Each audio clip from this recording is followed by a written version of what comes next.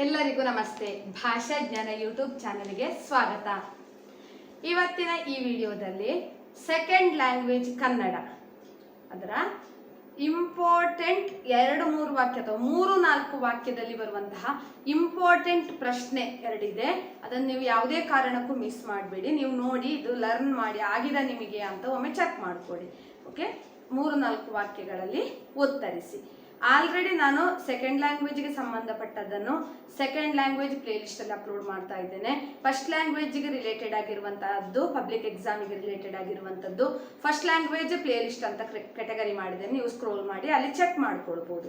So ಈ ಒಂದು ವಿಡಿಯೋದಲ್ಲಿ 2-3 ವಾಕ್ಯ ಅಥವಾ 3-4 ವಾಕ್ಯದಲ್ಲಿ ಯಾವುದು ಇಂಪಾರ್ಟೆಂಟ್ ಅಂದರೆ ಈ 2 ಪ್ರಶ್ನೆ ತುಂಬಾ ಇಂಪಾರ್ಟೆಂಟ್ ಆಗಿರ್ತದೆ, ಅದು ಯಾವುದು ಅಂತ ತಿಳಿಯೋಣ. ಇಲ್ಲಿ ನೋಡ್ಕೊಳ್ಳಿ.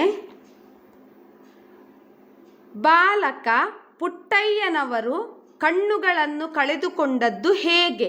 ಹೇಗೆ ಅವರು 2 ಕಣ್ಣುಗಳನ್ನು ಕಳ್ಕೊಂಡ್ರು ಅಂತ. ಪುಟ್ಟಯ್ಯನವರು ಬಾಲ್ಯದಲ್ಲಿ ಹುಟ್ಟಿದ 6 ತಿಂಗಳು ಇರುವಾಗ ಕಣ್ಣಿನ ಬೇನೆ ಕಾಣಿಸಿಕೊಂಡಿತು. ಆ ಕಾಲದಲ್ಲಿ ನಾಟಿ ವೈದ್ಯರಿದ್ದರು. ವೈದ್ಯರು ಕಣ್ಣುಗುಡ್ಡೆಗೆ ತೊನಸಿ ಮುಟ್ಟಿಸಬೇಕು ಎಂದಿದ್ದರು. ತೊನಸಿ ಮುಟ್ಟಿಸಬೇಕು ಎಂದಿದ್ದರು. ಆಗ ಮುಟ್ಟಿಸುವಾಗ ಕೈ ಜಾರಿ ಕಣ್ಣುಗಳ ಒಳಗೆ ಬಿದ್ದು ಬಿಟ್ಟವು. ಅದು ಹರಿಯುವುದರ ಬದಲು ಗುಡ್ಡಿನ ಹರಿದು ಕಣ್ಣುಗಳು ಹೋಗಿಬಿಟ್ಟವು. ಪುಟ್ಟಯ್ಯನವರು ಬಾಲ್ಯದಲ್ಲಿ ಹುಟ್ಟಿದ 6 ತಿಂಗಳು ಇರುವಾಗ ಕಣ್ಣಿನ ಬೇನೆ ಕಾಣಿಸಿಕೊಂಡಿತು. ಆ ಕಾಲದಲ್ಲಿ ನಾಟಿ ವೈದ್ಯರು ಇದ್ದರು. ವೈದ್ಯರು ಕಣ್ಣುಗುಡ್ಡೆಗೆ ತೊನಸಿ ಮುಟ್ಟಿಸಬೇಕು ಎಂದಿದ್ರು. ತೊನಸಿ ಮುಟ್ಟಿಸುವಾಗ ಕೈ ಜಾರಿ ಕಣ್ಣುಗಳ ಒಳಗೆ ಬಿದ್ದುಬಿಟ್ಟು ಅದು ಹರಿಯುವುದರ ಬದಲು ಗುಡ್ಡಿನ ಹರಿದು ಕಣ್ಣುಗಳು ಹೋಗಿಬಿಟ್ಟವು.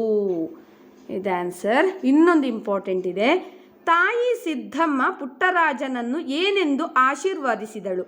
ನಿನ್ನಂಥ ಶ್ರೇಷ್ಠ ಪುತ್ರ ರತ್ನವೊಂದನ್ನು ಹೆತ್ತ ಭಾಗ್ಯ ನನ್ನದಾಗಲಿ. ಸಂಸಾರ ಬಂಧನದಲ್ಲಿ ಬಂಧಿಯಾಗುವುದು ನಿನಗಿಷ್ಟವಿಲ್ಲದಿದ್ದರೆ ಬೇಡ ಮಗನೇ. ಗುರು ಪಂಚಾಕ್ಷರರು ತೋರುವ ಮಾರ್ಗದಲ್ಲಿ ನೀನು ನಡೆದು ಅಮರನಾಗು ಕಂದ ಎಂದು ಆಶೀರ್ವದಿಸಿದಳು. ಏನು ಉತ್ತರ? ನಿನ್ನಂಥ ಶ್ರೇಷ್ಠ ಪುತ್ರ ರತ್ನವೊಂದನ್ನು ಹೆತ್ತ ಭಾಗ್ಯ ನನ್ನದಾಗಲಿ.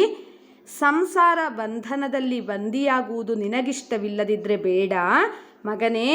ಗುರು ಪಂಚಾಕ್ಷರರು ತೋರುವ ಮಾರ್ಗದಲ್ಲಿ ನೀನು ನಡೆದು ಅಮರನಾಗು ಕಂದ ಎಂದು ಆಶೀರ್ವದಿಸಿದಳು.